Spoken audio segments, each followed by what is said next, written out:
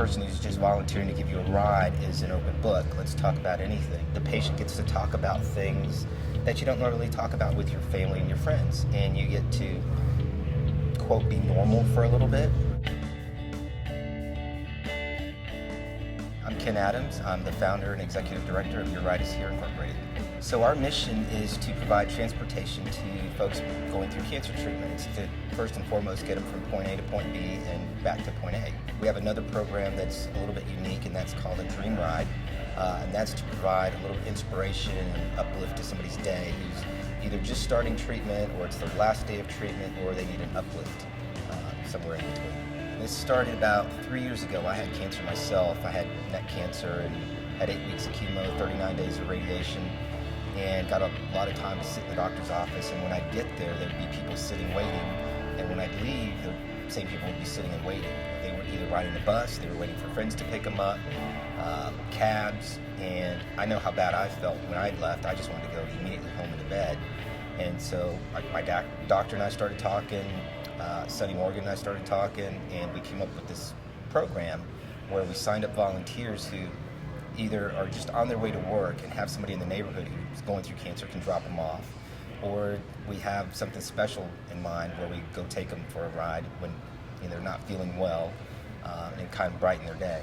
You know, the difference of picking someone up in a Rolls Royce, a Bentley, an Aston Martin, or a Lotus versus a city bus picking them up is a real uplift for somebody. And when we took a look at it, it was obvious that people weren't talking about cancer anymore. They were talking about a really, really wonderful experience, and so we tried to do that more and more and more.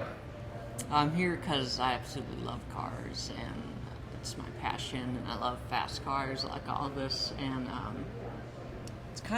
it takes your mind off of it.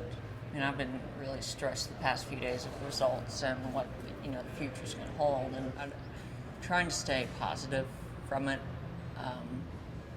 It's just really hard to fall into negativity and depression and staying in bed all day. And I've come in this dealership a few times and been able to see them and everything, but I've never had the opportunity to ride in a Rolls Royce. That was crazy, and this is something to hold on to for a while, and something happy and fun to look back on while I'm going through this. Wow. Just the look on his face when he started the Aston Martin, I remember that feeling, and I remember that look. I think he's going to remember today a lot longer than some of the other things that's going on right now, and hopefully he'll carry those memories with him through treatment, and he can look back on a happy place and something positive to look forward to.